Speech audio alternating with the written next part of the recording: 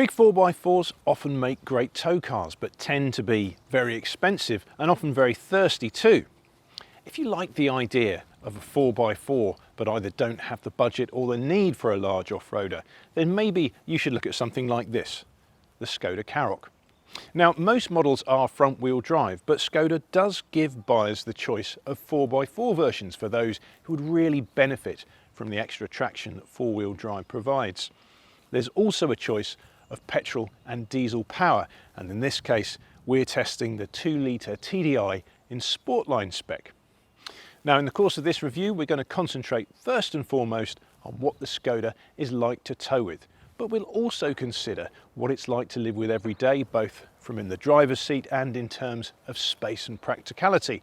We'll also think about running costs and value for money before we deliver our final verdict. When you've watched the video, please do remember to click like and to subscribe to the Camping and Caravanning Club's YouTube channel. Click on the notification button to make sure you never miss a video again. For our test, we've matched the Skoda to an Ariba Touring 540 with a maximum permissible laden mass of 1400 kilos, borrowed from club preferred dealer Broad Lane Leisure. Some cars just feel at home while towing, and the Karoq is one of them.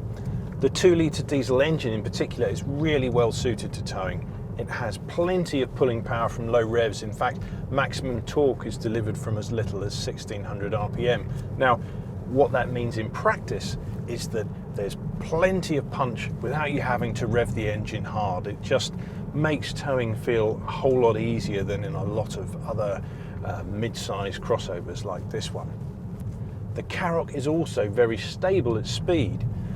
Whether you're on the motorway, a country road, it doesn't matter. It almost has the feel of a 3/4 size big 4x4. It has that sense of solidity and stability.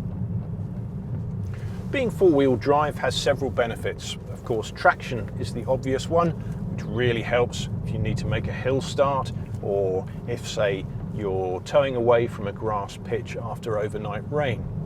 But it also makes the car heavier, which is of benefit to your car to caravan matching ratios. Skoda quotes a range of curb weights for this particular model, starting from 1,649 kilograms. That's decent heft for a car of this size, and means a wide range of tourers make safe and sensible matches if you want to abide by the 85% matching ratio guideline. Leave the caravan on its pitch and the Karoq continues to impress. For keen drivers, the Karoq isn't as sharp as a Seat Ateca, but it does strike a good balance between cornering agility and comfort. It's a fine all-rounder, suitable for all kinds of journeys on all kinds of roads. Let's take a good look inside the cabin. You sit up nice and high in the Karoq, and there's a decent amount of adjustment both to the driver's seat and the steering wheel. Fundamentally, the driving position is very comfortable, although on the Sportline, the more sporty model in the range, you do get these more heavily bolstered seats. So they are a bit narrower, which does give you more support when cornering, but if you're a little bit broad, shall we say, you might find them a little bit too pinchy for comfort, but they've been fine for me. I've been quite happy and comfortable driving all day. Directly in front of you, you get a digital driver's display, which you can configure using these buttons. You can adjust it to show different information and to prioritize different things. You can change the design as well. It's a nice feature, but really it's just as easy to read conventional dials if you just want to check how fast you're going. But nonetheless, a nice feature, and it's good to be able to customize it. In terms of the touchscreen, the standard screen is 8 inches across. You can upgrade to a larger screen at extra cost. You do get these shortcut buttons on either side, which do help you navigate your way around the menu. It's easier to use actually than some of the other VW Group systems. Another nice thing, a nice surprise almost in a car these days, is that you have completely separate temperature controls that are physical buttons, physical controls for the aircon, rather than having to use an on-screen menu. In terms of storage, there are twin cup holders here. There are decent sized door bins, and believe it or not, the door bins contain a bin, which is a really nice, simple feature, but very, very handy and will help you keep the car neat and tidy in the long run. And there's more storage here under the driver's armrest. So that's an overview of the front of the car. Let's take a look in the back.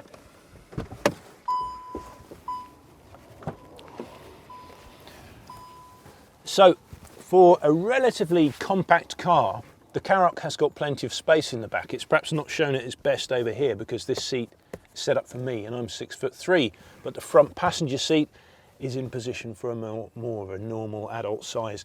And you can see there's quite a lot of legroom and there's plenty of headroom too.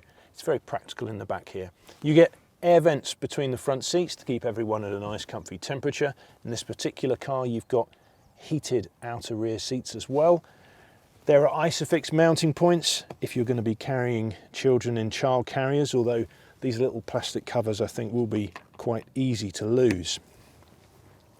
Now there is a drawback to choosing the high-spec Sportline model, which is that you miss out on the VarioFlex seating. Now the VarioFlex seating is standard on the mid-spec SEL.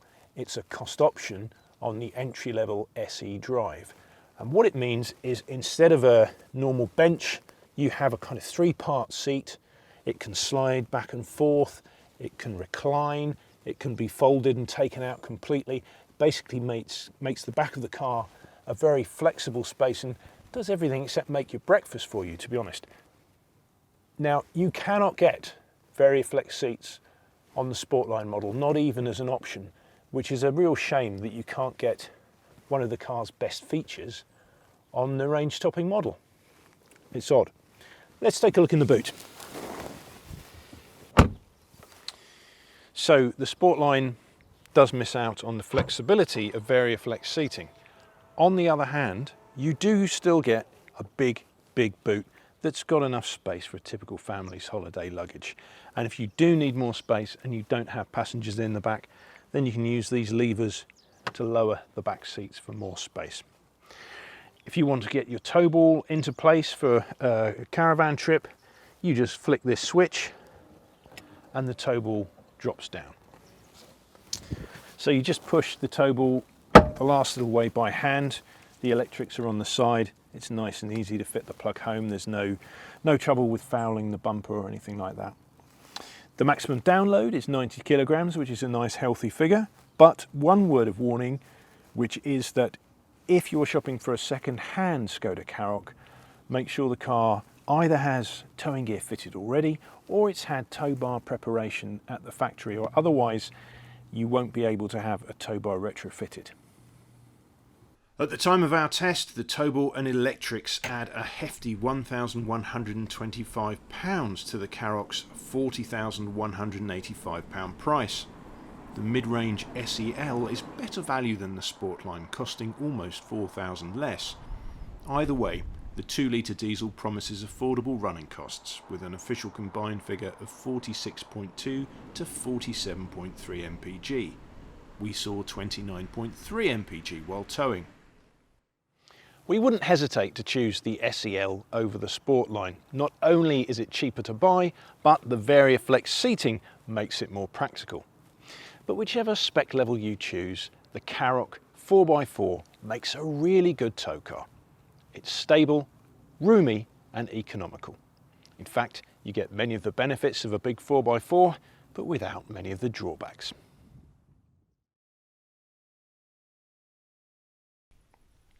Don't forget to subscribe for more tow car, caravan, camping and motorhome videos, and click on the notifications button to make sure you never miss a new video.